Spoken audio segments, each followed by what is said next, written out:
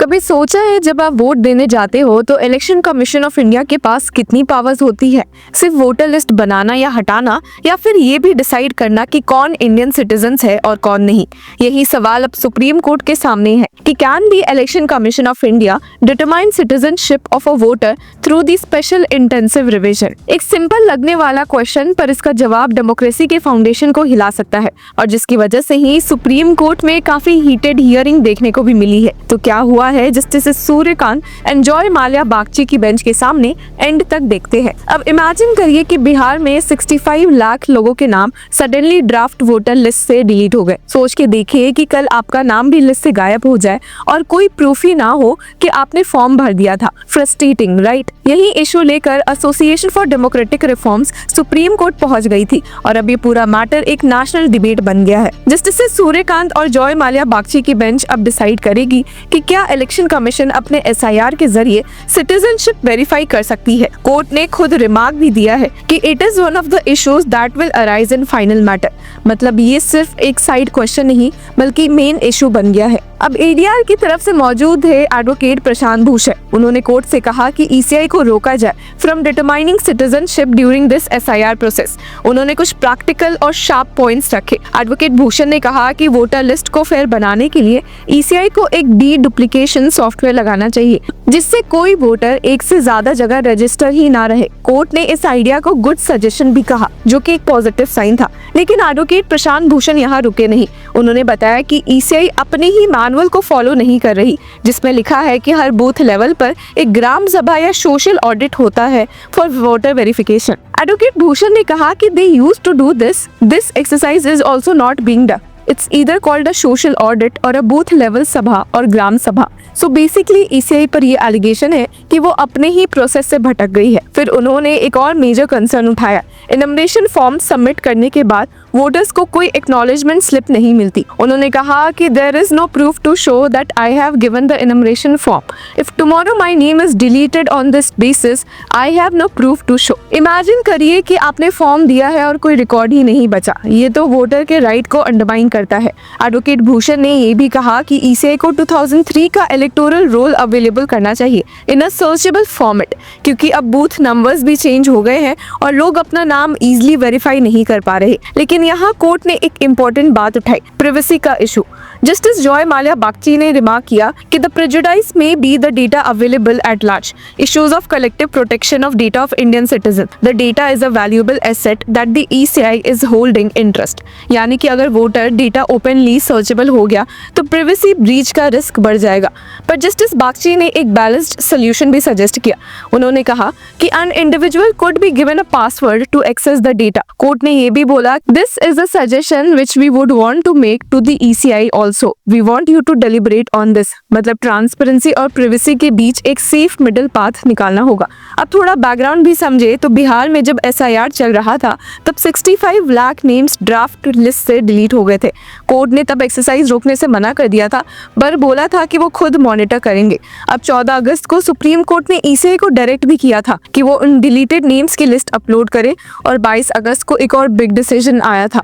Court ने बोला कि डिलीटेड वोटर्स अपना आधार कार्ड यूज कर सकते हैं आईडी प्रूफ फॉर री इंक्लूजन। अब पहले ईसीआई आधार को एक्सेप्ट नहीं कर रही थी, पर कोर्ट ने क्लियर कर दिया कि आधार चलेगा। बाद में कोर्ट ने ईसीआई को ऑर्डर भी दिया to issue a formal notice confirming Aadhaar acceptance. अब एसआईआर सितंबर 30 तक कंप्लीट हुआ और टोटल 7.89 करोड़ वोटर्स में से 7.42 करोड़ रिटेन हुए। मतलब 47 लाख डिलीशंस फाइनल हुए। अब ईसीआई यही प्रोसेस 10+ स्टेट्स में फेज वाइज करने वाली है। नेशनली कुछ political leaders from West Bengal और तमिलनाडु ने भी पिटिशंस फाइल कर दी। सुप्रीम कोर्ट ने अब उन सब पर नोटिस इशू कर दिया है।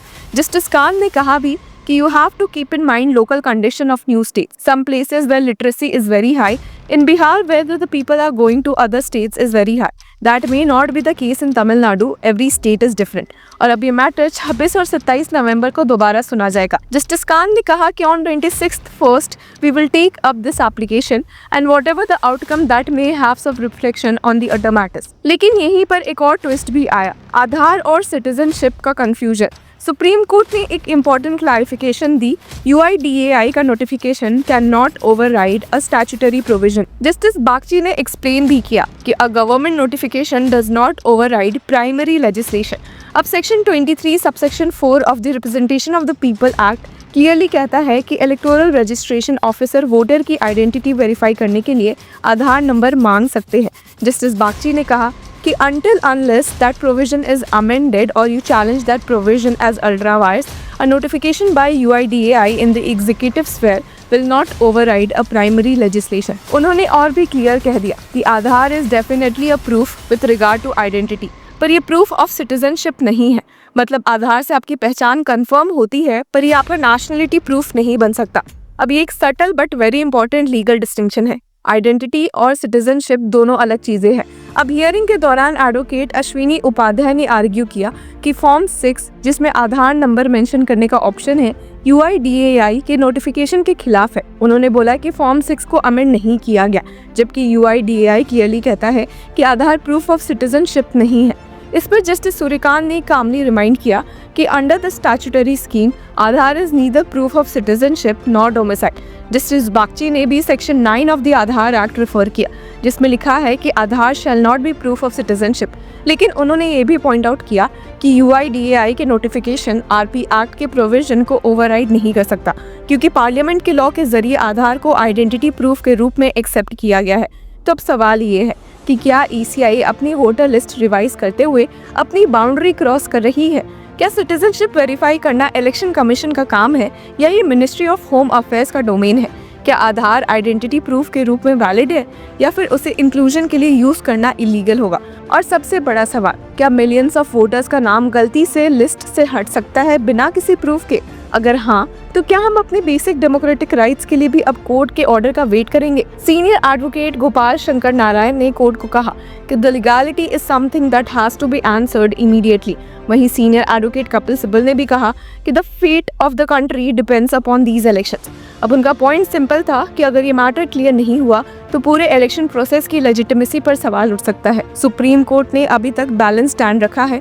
कोर्ट ECI को मॉनिटर कर रही है, पर एक्सरसाइज को पूरी तरह से रोक भी नहीं रही। शायद इसीलिए ये केस इतना क्रूशियल है, क्योंकि ये डिसाइड करेगा कि हमारे डेमोक्रेटिक इंस्टीट्यूशंस अपनी पावर लिमिट के अंदर काम कर रहे हैं या नहीं।